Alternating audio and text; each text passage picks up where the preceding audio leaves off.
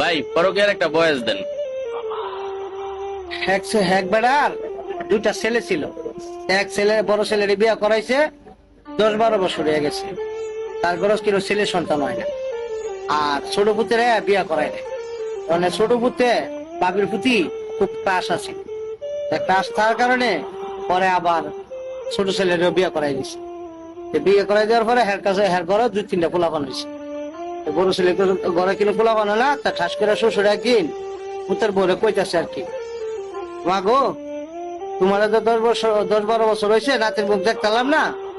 আমি শুনছি ওই যে বরতলা আপনার এক দরবেশ বাবা বয়, সেখান থেকে পানি পড়া, আর হেবারের কথা মতো চললে বলে মানুষের ছেলে সন্তান হয়, যদি যাইতা কয়েকটা আব্বাজাম। তো বৃহস্পতিবার দিন দরবার শরীফে গেছে আর কি, দরবেশ বাবার কাছে। আর সেই দরবেশ বাবা শ্বশুর হয়ে গিয়া সাজ্জা বয়ে রয়েছে। আবার বেটি গেছে পরে তো বেটির 14 ফেরির নাম ঠিকানা, বেটি কি কেমনে কি করে কি সমস্যা সব কই লিখেছে। বেটি গেছে, হ্যাঁ বাবা যে খুব কামেল কর। তখন পানি ফরা দিছে, পানি ফরা দিয়া আর কইতেছে যে একটা তোমার শ্বশুরের লোকে থাকতে আচ্ছা বাইতাইয়া।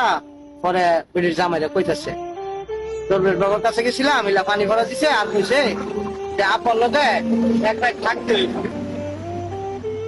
সমস্যা কি, তোমার আপা আর আমার আপা তো এক কতই, এক রাত থাকলে যদি আমরা একটা কিছু হয় তাহলে ভালো না, তো থাকবা। তো পানির বড় বউ না, কাম কাজ সব শেষ করে এনে যায় আর শ্বশুর ঘর হইতো। এর ভিত্তে শ্বশুর আগে গিয়া এক সহির মেঝে থাকতো আর কি। আগের দিনে সহি আছিল, সহির আবার বড় বড় ফাঁকা ছিল।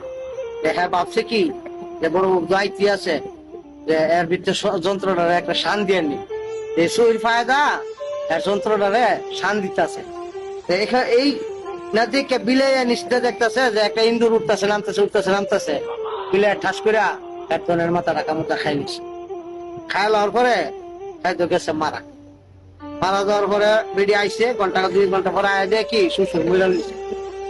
মনে মনে চিন্তা করতেছে, অহন যদি সকালবেলা উঠে দেখে আমার শ্বশুরের ধন কাটা মরে গেছে গা, আর আমি জীবিত, দুষ্টা তো সারা আমার উপরে করবো, যা শ্বশুর তো মরে গেছে গা, আমিও ব্যাগ ধরে মরে থাকি।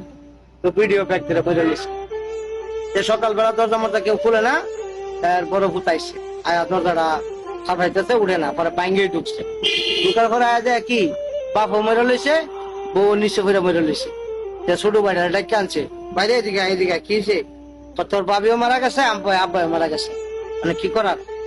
তুই গিয়া মানুষজনকে খবর দে, আর গিয়া কাফনের কাপড় আনগা, আমি এটারে কোনটা রাজ পাহারা যাই, এর ভিত্তি আবার বাইরে বার করুন না, লগ লইয়া।